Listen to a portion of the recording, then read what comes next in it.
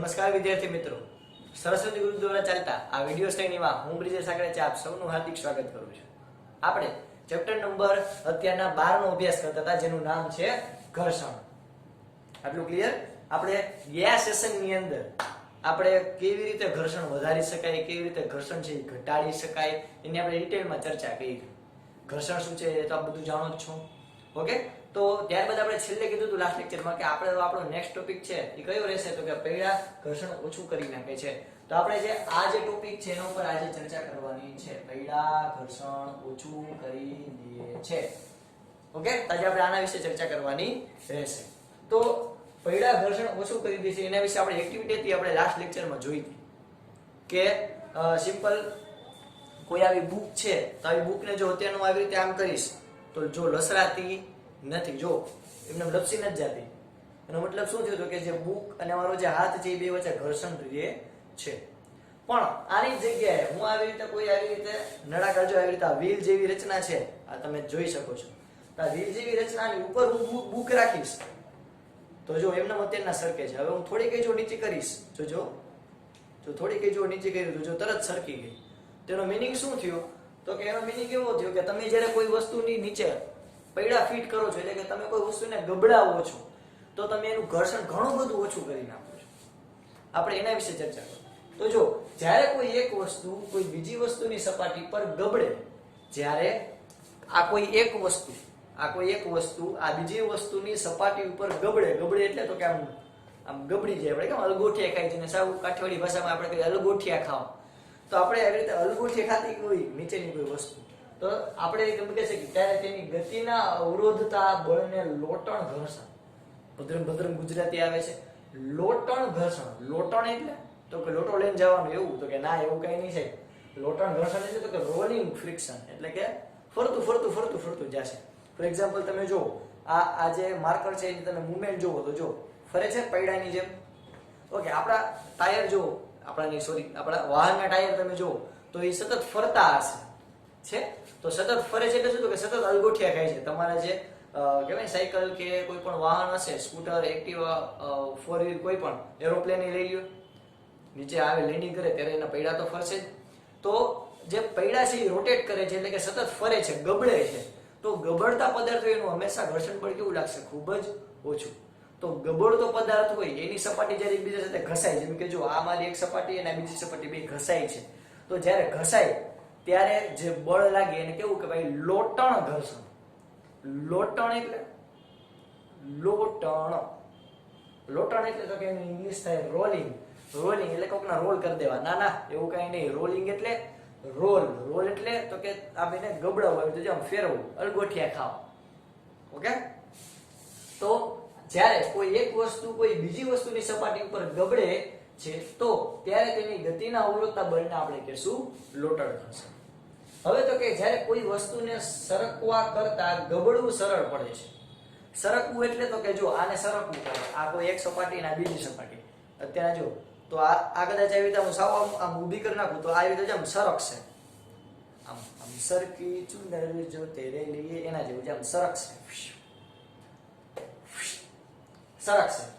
તો સરકવા કરતા ગબડવું સરળ પડે છે. ગબડવું એટલે તો કે ગડબા જેવું. ના, તો જો આ અને આ બે માર્કર જો લોકાગ્નિ ધ્યાનમાં રાખી.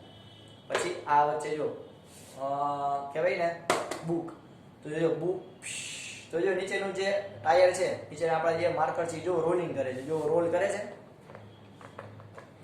તો જે ગબડવું છે એ કેવું બનશે? સહેલું બનશે. હંમેશા યાદ રાખો, તો હંમેશા સરકવા કરતા કોઈ પદાર્થને ગબડવું કેવું બને? સહેલું. ઓકે, તમે વિચાર કરો કે મોટું લપસ્યું છે, તો મોટા લપસ્યામાં તમે આમ સરકશો, એમાં વધારે ઝડપથી પહોંચશો કે આમ ગબડશો, અલગોઠિયા ખાતા નીચે પડશો? એમાં તો તમે અલગોઠિયા ખાતા છે ને તમે વધારે સ્પીડમાં નીચે પહોંચશો, કારણ કે પદાર્થને સરકવા કરતા ગબડવું વધારે સહેલું પડે છે. એટલે જ માનવ ઇતિહાસમાં માણસોએ જૂના જમાનાની અંદર કોઈ પૈડાની શોધ કરી છે. પૈડો તમે હોય તો પૈડું તમે જોજો સહેલેથી તમે સરકાવી શકો. તમે સિમ્પલ વિચાર કરો કે કોઈ બ્લોક હોય ચોરસ, તો ચોરસ બ્લોક તમે ઢેરતા જાવ તો તમે થાકી જાવ. એટલે તમે કોઈ ગોળ પદાર્થ હોય, મોટો ગોળ હોય, તો એ તમે સહેલેથી આમ મુવમેન્ટ કરાવી શકશો. તેનું મિનિંગ શું થયું તો કે સરકવા કરતા પદાર્થને ગબડવું સહેલું બને છે. તો લોટણ ઘર્ષણ આપણે શું કહી શકીએ? લોટણ ઘર્ષણ એટલે કે રોલિંગ કરતા પદાર્થનું ઘર્ષણ હંમેશા સરકતા ઘર્ષણ કરતા કેવું હશે? ઓછું. એટલે જ મોટા ભાગના મશીનમાં બોલ બેરિંગનો ઉપયોગ થાય છે. બોલ બેરિંગ એટલે એક એવી રચના છે જે તમે દાંડિયા રસમાં જોવો, એટલે દાંડિયા આવે બેરિંગ વાળા દાંડિયા ફેરવે ખેલૈયાઓ. તો જે બેરિંગ વાળા જે દાંડિયા છે એની અંદર પણ બેરિંગ આવે કે જેથી તમે દાંડિયાને સહેલાઈથી ફેરવી શકો. તો આ સિવાય બેરિંગનો ઉપયોગ તો કે પંખાની અંદર થાય છે. મોટા મોટા કોઈ ફેક્ટરી હોય એના મશીન હોય, મશીનની અંદર એક બીજે જે ધરી હોય ધરીને ફરકાવવા માટે એટલે કે ધરીને ફરવા માટે પણ આપણે કરી શકીએ છીએ. તો આ થઈ આપણું એક ટોપિક કે જેનું નામ છે પૈડા ઘર્ષણ ઓછું કરી દે છે. શું કામ પૈડા ઘર્ષણ ઓછું કરી દે? તો કે ભાઈ પૈડું છે, તમે કોઈ વસ્તુમાં પૈડું ફેરવો એટલે શું કરો છો? તો કે પૈડું ફેરવો એટલે તો કે તેને ગબડાવો છો, એને અળગોઠિયા ખવડાવો. તો હંમેશા અળગોઠિયા ખાવી સહેલું પડે સરકવા કરતા.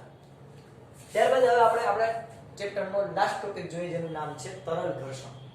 તરલ ઘર્ષણ એટલે કે તરવા વાળું ઘર્ષણ. ના એવું કઈ નથી વિદ્યાર્થી. તરલ ઘર્ષણ એટલે શું? તો કે આપણે હવા ઘણી હલકી પાતળી હોવા છતાં તેમાંથી પસાર થતી વસ્તુ ઉપર એ ઘર્ષણ લગાડે છે.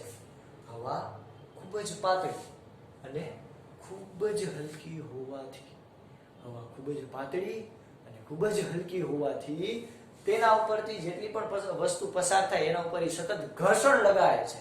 તો ઘર્ષણ એટલે શું? તો કે ઘર્ષણ એટલે તો કે માની લો કે તમે સાયકલ લઈને જાઓ છો.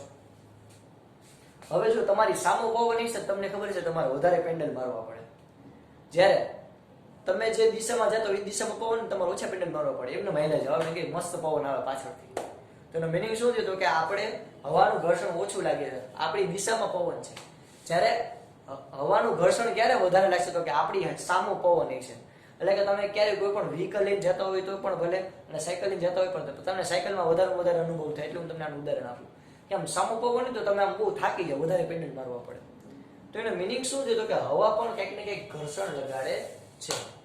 તો હવા જેવી એકદમ પાતળું માધ્યમ છે, હવા જેવી પાતળી હવા પણ ઘર્ષણ લગાડતી હોય તો પછી બીજા કોઈ પદાર્થ તો આપણને મૂકે નહીં.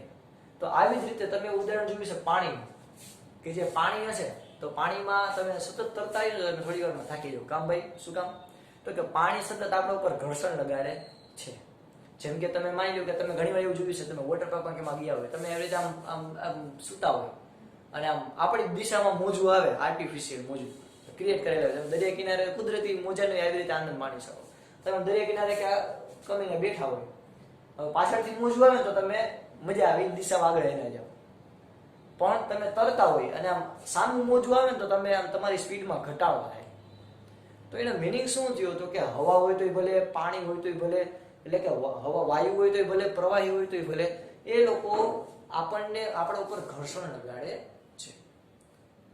તો સામાન્ય રીતે વિજ્ઞાનની અંદર વાયુ અને પ્રવાહીનું સામાન્ય નામ છે તરલ. વાયુ અને પ્રવાહી બંનેને વિજ્ઞાનમાં તરલ કહેવામાં આવે છે. શું કહેવામાં આવે છે? તરલ. તો આ તરલ પદાર્થો એટલે કે વાયુ હોય તોય ભલે, પછી પ્રવાહી હોય તોય ભલે, આ તરલ પદાર્થો દ્વારા જે આપણને ઘર્ષણ લાગે એને આપણે શું કહે છીએ? તરલ ઘર્ષણ. સિમ્પલ. એટલે કે તરલ તેમાંથી પસાર થતી વસ્તુ ઉપર જે ઘર્ષણ લગાડે તેને તરલ ઘર્ષણ એટલે કે એને ગુજરાતીમાં ઘસડાવું પણ કહેવાય છે. ક્લિયર? હવે તો કે તરલ ઘર્ષણ બળ છે એ કઈ વસ્તુ પર આધારિત રાખશે? કઈ વસ્તુ પર આધાર રાખશે કે તરલ ઘર્ષણ વધારે લાગશે કે ઓછું લાગશે? તો કે જો એક તો છે વસ્તુની તરલની સાપેક્ષે જળ.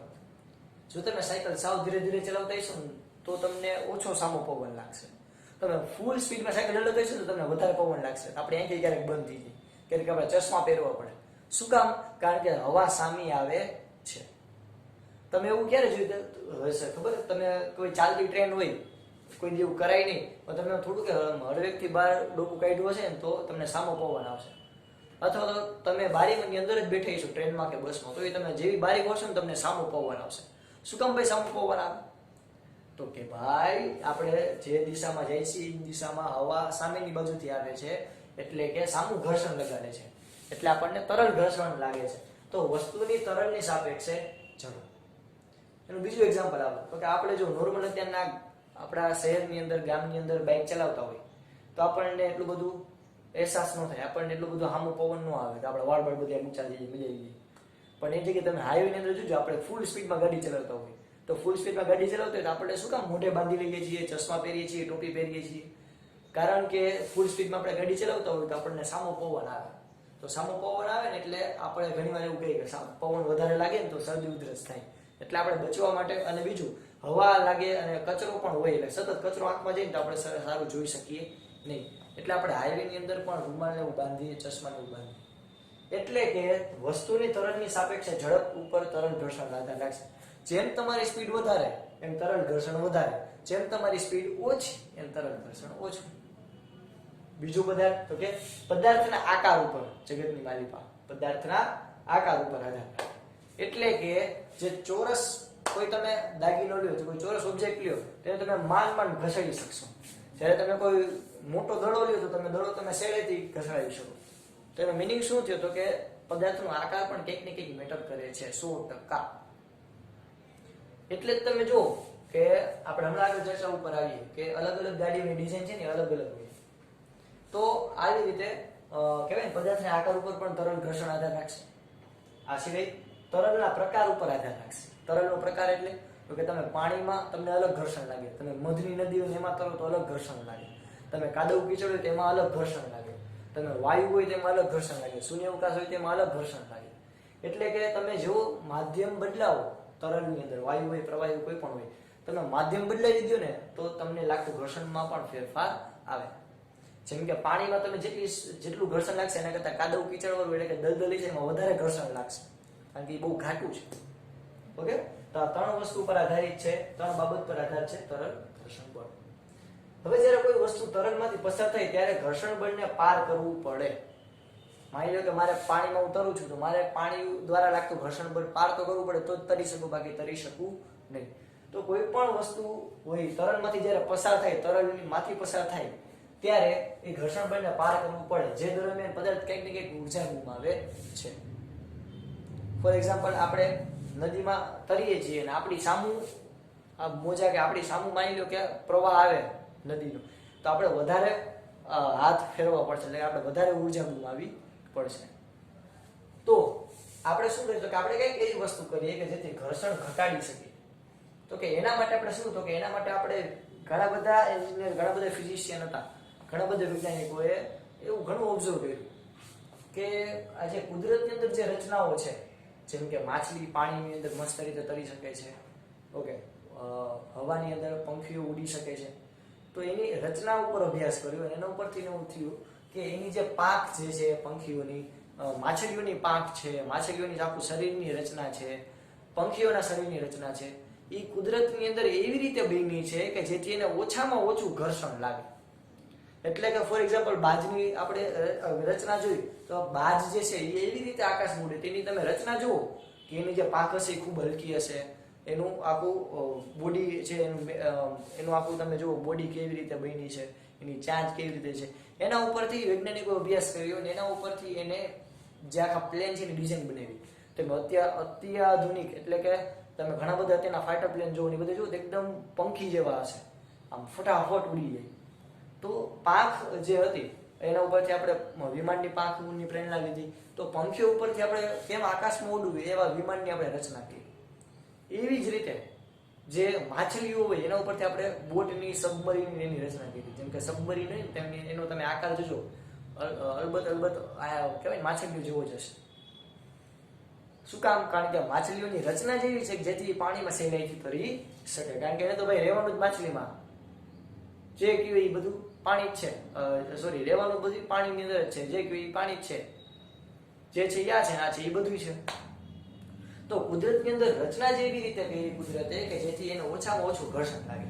એટલે એના ઉપરથી આપણે એ બધા પ્રાણીઓ ઉપરથી પ્રેરણા લઈને આપણે સબમરીન છે, વિમાન છે, બોટ છે, વહાણ છે એવી રીતે બનાવ્યા કે જેથી એને ઓછામાં ઓછું ઘર્ષણ લાગે.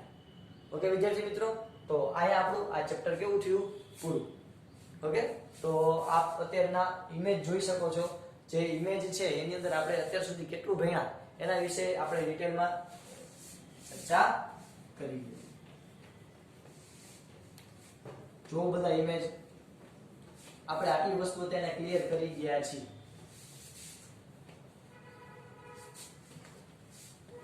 ઓકે, ચાલો ફટાફટ બધા મુદ્દા રિવાઇઝ કરી લો, ફટાફટ વાંચી લ્યો.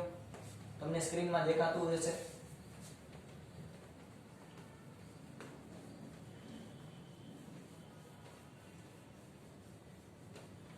આપણે એટલી રચના જોઈ અને આ સિવાય આપણે આટલું પણ જોઈ ગયા. જુઓ,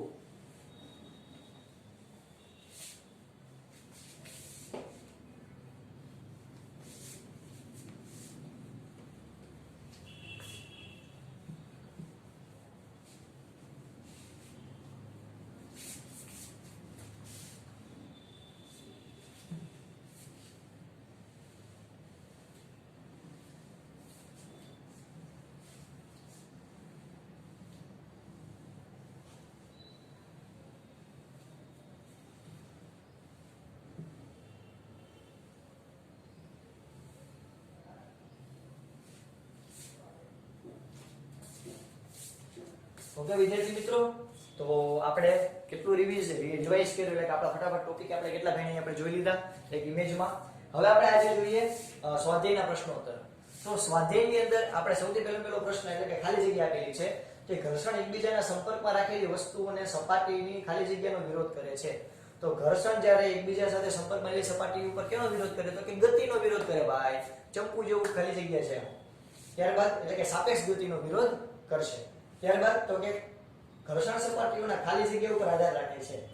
સપાટીઓના પ્રકાર પર, સપાટી કેવી રેશી છે, કેવી ખરબચડી છે, એના ઉપર ઘર્ષણ આધાર રાખશે. ત્રીજું તો કે ઘર્ષણ ખાલી જગ્યા ઉત્પન્ન કરે છે. ઘર્ષણ શું ઉત્પન્ન કરે છે? તો કે યાદ કરો, ઘર્ષણ ઉષ્મા ઉત્પન્ન કરે છે. ત્યારબાદ ચોથું તો કે કેરમ બોર્ડ પર પાવડર છાંટવાથી ઘર્ષણ ખાલી જગ્યા થઈ જાય છે.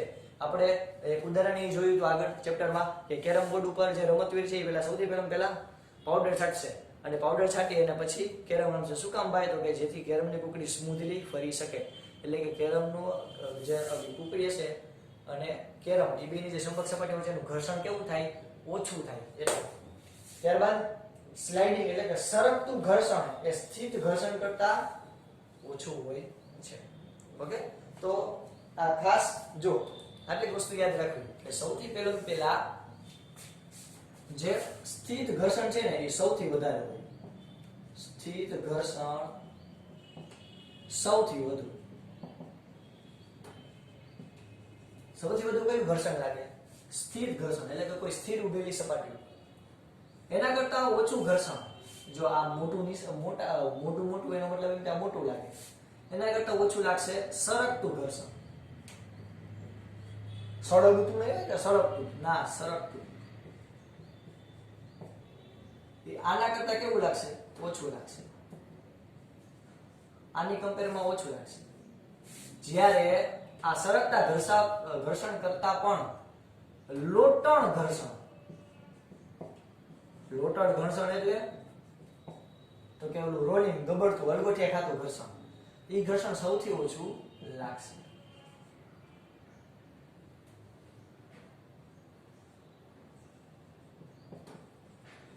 ઓકે વિદ્યાર્થી મિત્રો, કે જે આપણો બીજો પ્રશ્ન છે. ઓકે, તો સૌથી ઓછું સ્થિત ઘર્ષણ એના કરતા સૌથી વધારે સ્થિત ઘર્ષણ એના કરતા ઓછું સરકતું ઘર્ષણ એના કરતા ઓછું લોટળ ઘર્ષણ.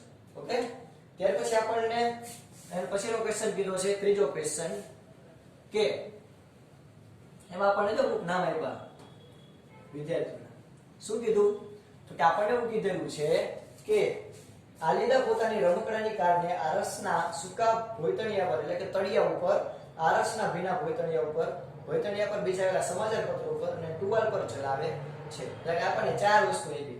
તો કે જુદી જુદી સપાટી ઉપર દ્વારા લાગતા ઘર્ષણ બળનો ચડતો ક્રમ કયો છે? એટલે કે કેમાં ઘર્ષણ બળ સૌથી ઓછું ધીરે ધીરે વધતું જશે. તો આપણને ખબર સૌથી ઓછું ઘર્ષણ ક્યાં લાગે? માર્બલમાં. કારણ કે હાલતા ચાલતા પડતા હોય યાર માર્બલમાં, શીટ કરતા લપસી જાય. તો એમાં પણ જો ભીની સપાટી હોય, આપણે વોશરૂમમાં એમાં જો ક્યારે ભૂલથી માર્બલ ફિટ કર્યા હોય ને આપણે ભીના પગ એક આ ભીની સપાટી હોય એમાં આપણે લપસવાનો સૌથી વધારે ભય રહે. તો સૌથી વધારે કેનું હશે? તો કે આરસની ભીના ભોયતણિયા ઉપર એટલે કે આરસની ભીની સપાટી ઉપર.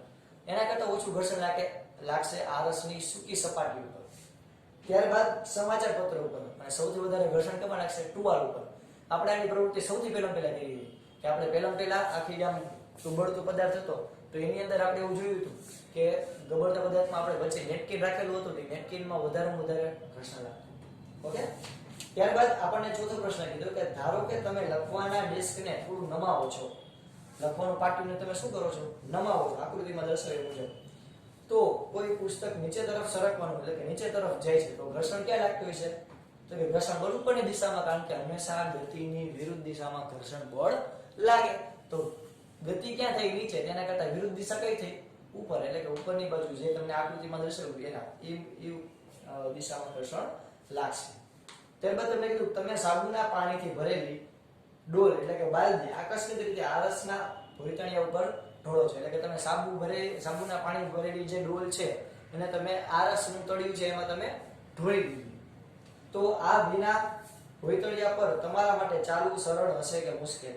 તો કે ભાઈ મુશ્કેલી છે. શું કામ?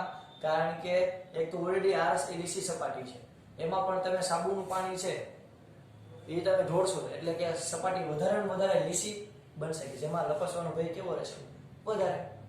ત્યારબાદ રમતવીરો ખીલીઓ વાળા બૂટ કેમ પહેરે છે? સમજાવો. કે ખીલીઓ વાળા બૂટ પહેરવાથી તમે જોયું છે ફૂટબોલના જે કોઈ પણ પ્લેયર હોય, હોકીના પ્લેયર હોય, આપણા ઇવન ઇન્ડિયન ક્રિકેટના જે પ્લેયર હશે એમાં પણ તમે એના બૂટ જોશો ને તો એકદમ ખીલી વાળા છે. તો શું કામ? એટલે કે શું કામ એવા ખાચા કહેવાય કે ખીલું જેવું હોય એવું આપણને લાગે ખાચાવાળા? તો કે જેમ એને વધારે ખીલીવાળા એટલે કે ખાચાવાળા બૂટ હશે એમ જમીન સાથે વધારે સંપર્કમાં રહેશે, જેથી એને લપસવાનો ભય રહેશે. ને હવે રોહિત શર્મા હવે બિચારા આમ કેચ કરવા આવતો હોય ને કદાચ ભૂલથી જો આવી રીતે આમ ઘાસ તો હોય, ભીનું ઘાસ હોય, વરસાદ આવે પછી મેચ રમતા હોય તો ભીના ઘાસમાં કદાચ એને ભૂલથીનો પગ લપસી જાય તો કેચ થતું રહી જાય તો આપણે તો અરમાન મરી જાય. ઓકે. એટલે જે રમતવીર છે, ખેલાડીઓ છે એ જમીન સાથે લપસાય નહીં એટલે એના જે બૂટ હોય એ ખીલીઓ વાળા ખરબચડા રાખવામાં આવે છે. ત્યારબાદ તો કે ઇકબાલને એક હલકા બોક્સને ધક્કો મારવો છે અને સીમાને તેજ ભોંયતણિયા ઉપર એક ભારે બોક્સને ધક્કો મારવો છે. તો કોણ વધારે બળ લગાડવું પડશે? તો કે ભાઈ સીમાને વધારે બળ લગાડવું પડશે, કારણ કે ભારે બોક્સનું વજન કેવું છે? વધારે. એટલે એ ઓછું સરળ છે, જ્યારે ઓછા બોક્સનું વજન જ ઓછું હોવાથી એ સરળતાથી સરકી શકશે. ત્યારબાદ તો કે આઠમો ક્વેશ્ચન આપણે એવું કીધું સમજાવો સરકતું ઘર્ષણ એ સ્થિત ઘર્ષણ કરતા ઓછું શા માટે હોય છે? સરકતું ઘર્ષણ એ સ્થિત ઘર્ષણ કરતા આપણે જોયું હતું કે સ્થિત ઘર્ષણ કરતા સરકતું ઘર્ષણ ઓછું હોય, એના કરતા રોટર ઘર્ષણ ઓછું હોય. તો સ્થિત ઘર્ષણ કરતા સરકતું ઘર્ષણ શું કામ ઓછું હોય? તો કે વસ્તુને સ્થિર સ્થિતિમાંથી ગતિમાં લાવવા માટે જરૂરી બળ, તમારે કોઈ વસ્તુ સ્થિર છે અને તમારે ગતિમાં લાવવા માટે તમે જે બળ આપો એ સ્થિત ઘર્ષણ થયું, બરાબર? હવે એના કરતા કહેવાય ને કે વસ્તુની અચળ ઝડપથી ગતિ ચાલુ રાખવા માટે તમારે જે ઘર્ષણ આપવું પડે એને કેવું કહેવાય? સરકતું ઘર્ષણ. તો પહેલા તમારે કોઈ વસ્તુને ચાલુ કરવી હોય તો તમારે વધારે બળ આપવું પડે, એટલે કે તમારે કોઈ વસ્તુની ગતિ ચાલુ કરવી હોય તમારે વધારે બળ આપવું પડે. તેનું સ્થિત ઘર્ષણ કેવું થયું? એનું સ્થિત ઘર્ષણ વધુ હોય. જ્યારે કોઈ ચાલુ જ છે ગતિ એને તમારે ચાલુ રાખવા માટે સતત તમારે બળ આપવું પડે. ફોર એક્ઝામ્પલ મારે કહેવાય ને કે કોઈ પણ ચકેડી છે, નાની ચકેડીઓ ફેરવું તો થોડીક વાર ફરશે પછી ઊભી રહી જાય. કામ? તો કે લાગતું બળ પૂરું થઈ ગયું, તો ફરી પાછું મારે બળ આપવું, તો સતત મારે બળ આપવું પડે ચકેડીને ચાલુ રાખવા માટે. તો એ સતત એને ચાલુ રાખવા માટે જે બળ આપવું પડશે એ આના કરતા તો કેવું હશે? ઓછું. એટલે સ્થિત ઘર્ષણ કરતા સરકતું ઘર્ષણ ઓછું હશે. અને બે સપાટીના ખરબચડા ભાગોના જોડાણને કારણે ઘર્ષણ લાગે. મેન તો ઘર્ષણ કેમાં લાગે? તો કે જે ખરબચડી સપાટી હોય બીજી ખરબચડી સપાટી સાથે પોરવાય જાય. આપણે એક આકૃતિ પણ જોઈ હતી ઊંઝણમાં, એમાં આપણે જોયું હતું. ઓકે. તો એને લીધે આપણને ઘર્ષણ લાગે. તો હવે સ્થિત ઘર્ષણના કિસ્સામાં બે સપાટીઓ વચ્ચેનું જોડાણ ખૂબ જ મજબૂત હોય, જ્યારે સરકતામાં કેવું હોય? થોડું ઓછું. કોન્ટેક્ટ જ ન થાય એટલો બધો. સ્થિત ઘર્ષણમાં તો બે એકબીજામાં પોરવાઈ ગયેલા હોય, જ્યારે સરકતા ઘર્ષણમાં તો પોરવાનો ટાઈમ જ ન મળે, ત્યાં તો એ ક્યાં વહી જાય? આગળ વહી જાય. એટલે એમાં ઘર્ષણ કેવું લાગે? ઓછું લાગે, સરકતા ઘર્ષણ. ત્યારબાદ ક્વેશ્ચન નંબર 9 કીધું દર્શાવો કે કેવી રીતે ઘર્ષણ મિત્ર અને શત્રુ બંને છે. તો કે ભાઈ આપણે ફાયદે જોઈએ અને ગેરફાયદે જોઈએ. તો કે જો મિત્ર કઈ રીતે એટલે કે એના ફાયદા શું? તો કે ઘર્ષણ લીધે આપણે રસ્તા ઉપર ચાલી શકીએ છીએ, બ્લેકબોર્ડ ઉપર કે ચોકથી કે પેન્સિલથી તમે નોટમાં લખી શકો છો. ઘર્ષણને લીધે દિવાલ પર ખીલી ઠોકી શકાય છે, ત્યારે ફાયદા જોયા આપણે. ગેરફાયદા શું? તો કે ઘર્ષણના લીધે વસ્તુઓ ઘસાઈ જાય એટલે બદલાવી પડે. ફોર એક્ઝામ્પલ આપણા સાયકલ હોય એના ટાયર 4-5 વર્ષે સાવ ઘસાઈ ગયા હોય આપણે એને બદલાવવા પડે. મશીનનો ઉપયોગ કરતી વખતે ઘર્ષણને લીધે ઉષ્મા ઉત્પન્ન થાય છે, જેથી આપણી ઉર્જા થોડીક શું થઈ જાય, વેડફાઈ જાય, કોઈ વસ્તુ વધારે ગરમ થાય. ફોર એક્ઝામ્પલ પંખો છે, તમે પંખો સતત 8 કલાક ચાલુ રાખો તો પંખો જે ગરમ થઈ ગયો હોય. શું કામ? કારણ કે પંખો સતત અંદરના બેરિંગ સતત ઘસાતા હોય. બીજું તો કે ઘર્ષણને લીધે ગતિશીલ વસ્તુઓની ગતિ અવરોધાય છે કે જેથી ઝડપ ઘટે છે. ઓકે, આ સિવાય છેલ્લો ક્વેશ્ચન આપણો, સમજાવો તરલમાં ગતિ કરતી વસ્તુઓનો આકાર વિશિષ્ટ કેમ હોવો જોઈએ? તો કે જો તરલ તેમાંથી પસાર થઈ ને ગતિ કરતી વસ્તુ ઉપર ઘર્ષણ બળ લગાડે, તરલ એટલે વાયુ હોય પ્રવાહી હોય તેમાંથી પસાર થતી વસ્તુ ઉપર એ ઘર્ષણ લગાડે છે, તો એને કારણે તેથી તરલમાં ગતિ કરતી વસ્તુઓને તેમના ઉપર લાગતા ઘર્ષણ બળને પાર કરવું પડે અને આ પ્રક્રિયા માટે પોતાની ઉર્જા શું કરે, ગુમાવે. તો આ ઉર્જા તમારે ન ગુમાવી તો તમારે કંઈક વિશિષ્ટ આકારનું તમારે રચના કરવી જોઈએ જેથી એનામાં ઓછામાં ઓછું ઘર્ષણ લાગે, જેથી તમારી ઉર્જા કેવી થઈ જાય, ઓછી વેડફાય, ઓછી બગડે. ઓકે, તો આ છે આપણે 10 સ્વાધ્યાયના ક્વેશ્ચન. હવે આ ચેપ્ટરમાં આપણે ઘર્ષણ વિશે પૂરેપૂરું ડિટેલમાં અભ્યાસ કરી ગયા. તમારે આજના હોમવર્કની અંદર આપણે જે સૌથી પહેલા પૈડા કેમ ઘર્ષણ ઓછું કરી નાખે છે અને તરલ ઘર્ષણ જોયું હતું એના દરેક મુદ્દા, આપણે લખાવેલા મુદ્દા, મેં લખાવેલા મુદ્દા તમારે તમારી પાકી બુકમાં એકવાર અને એમાંથી વાંચીને રફ બુકમાં તમારે મોઢે એકવાર લખવાના છે. અને આ સિવાય જેટલા પણ મેં આ સ્વાધ્યાયના પ્રશ્નો કરાવ્યા બધા પ્રશ્ન તમારે તમારી બુકની અંદર તમારે 2 વાર લખવાના છે, એકવાર પાકી બુકમાં અને એકવાર રફ બુકમાં. ઓકે, ઇન શોર્ટ આપણે આજે જેટલું પણ લેક્ચરમાં કરાવ્યું બધું તમારે કેટલી વાર લખવાનું, 2 વાર, એકવાર પાકી બુકમાં, એકવાર રફ બુકમાં. રફ બુકમાં બને એટલું મોઢે લખવાનું રહેશે. ઓકે વિદ્યાર્થી મિત્રો, અહીંયા આપણું આ ઘર્ષણ ચેપ્ટર ડોલમડોલ ન કરતા સારી રીતે સમજીને ઘર્ષણ પૂરું થાય છે. ઓકે, જય ભારત, જય હિન્દ. આવતા લેક્ચરની અંદર આપણે આપણું નવું ચેપ્ટર ચાલુ કરશું જેનું નામ છે ધ્વનિ. ધ્વનિ એટલે તો કે અવાજ. મજા આવશે તો કે આપણે જો ચપટી વગાડું તો એનો અવાજ આવે છે.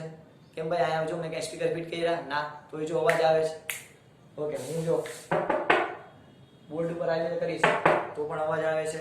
તમે ગિટાર જોઈ લ્યો, વાંસળી જોઈ લ્યો, બધામાં અવાજ આવે છે. તમે અવાજ સાંભળો છો કાનથી. તો આ બધી શું છે, ધ્વનિ શું છે, આપણે કેવી રીતે એને સમજી શકીએ છીએ, આપણે કેમ એને ગ્રહણ કરીએ છીએ, આપણે મગજ એને કેમ સમજે છે, આપણે બધી ચર્ચા આપણા નેક્સ્ટ ચેપ્ટરમાં કરશું જેનું નામ છે ધ્વનિ. ઓકે વિદ્યાર્થી મિત્રો, જય ભારત, જય Hind. Physics is a life.